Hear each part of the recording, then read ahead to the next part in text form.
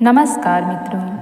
पिछले कई वीडियो में हमने जाना कि गायत्री की उपासना के संबंध में जो भी शंकाएं थी उन्हें हम कैसे दूर करें और किन किन शंकाओं का समाधान क्या है, यह सब हमने आपको बताने का प्रयत्न किया। आज हम जानेंगे कि गायत्री की नित्य उपासना से हमें अधिक लाभ मिलता है। आइए इसे समझने का प्रयास करते हैं। प्रतिदिन प्रातः सायं नियमित रूप से गायत्री उपासना का विधान है। उस नियमितता में कोई व्यतिरेक नहीं आने देना चाहिए।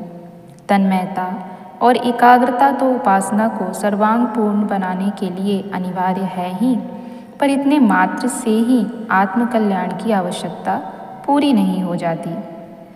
स्वास्थ्य संरक्षण के लिए दिन में 2 या 3 बार भोजन करते हैं। शरीर के पोषण और स्वास्थ्य संरक्षण के लिए आवश्यक है, पर इतने मात्र से ही यह उद्देश्य पूर्ण नहीं हो जाता। इसके साथ ही श्रमशील जीवन जीना, दिनचर्या में और भी कई नियमों का समावेश करना आवश्यक हो जाता है। यदि इन आवश्यक बातों का ध्यान न रखा गया तो कितना ही पौष्टिक भोजन किया जाए, उससे भोजन और स्वास्थ्य संरक्षण की आवश्यकता पूरी नहीं होती। गायत्री उपासना थोड़े समय तक की जाती है, लेकिन उसका पूरा लाभ मिलता है। जब जीवन पथ में उपासना के साथ साथ साधना का भी समावेश किया जाए तो हमें उसका लाभ अवश्य मिलता है।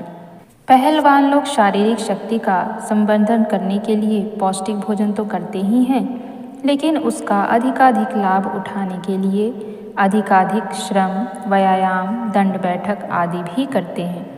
तभी उसका समुचित लाभ मिलता है। जिन्हें गायत्री उपासना से अधिकाधिक लाभ उठाना है, उन्हें चाहिए कि वे उपासना के साथ साधनात्मक व्यायाम भी करें। यदि उपासना का स्तर अधिक ऊंचा कर दिया जाए तो उसे साधना स्तर की बना दिया जाए तो उसका लाभ और भी अधिक मिलता है। साधना से आशय उपासना में निष्ठा का अधिकाधिक समावेश करना। निष्ठा का समावेश संकल्प, दृढ़ता, अनुशासन और नियमितता के रूप में चरितार्थ होता है। निष्ठा के समावेश से संकल्प बढ़ता है। संकल्प से मनोबल, आत्मिक बल ऊंचा उठता है। यह मनोबल, संकल्प, दृढ़ता, समन्वित निष्ठा साधक को कठोर अनुशासन में रहने के लिए प्रेरित और बाध्य करती है।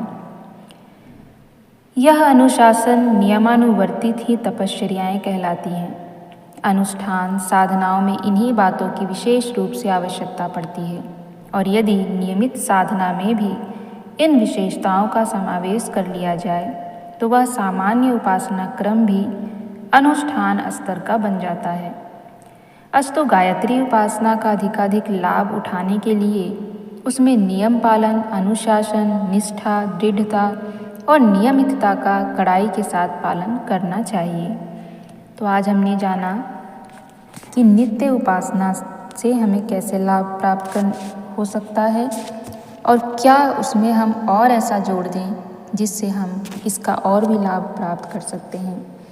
तो यहाँ पर जो पूज्य गुरुदेव ने हमें समझाया है, यदि उनका अनुसरण करके हम साधना करेंगे तो हमें उसका भरपूर लाभ अवश्य प्राप्त होगा।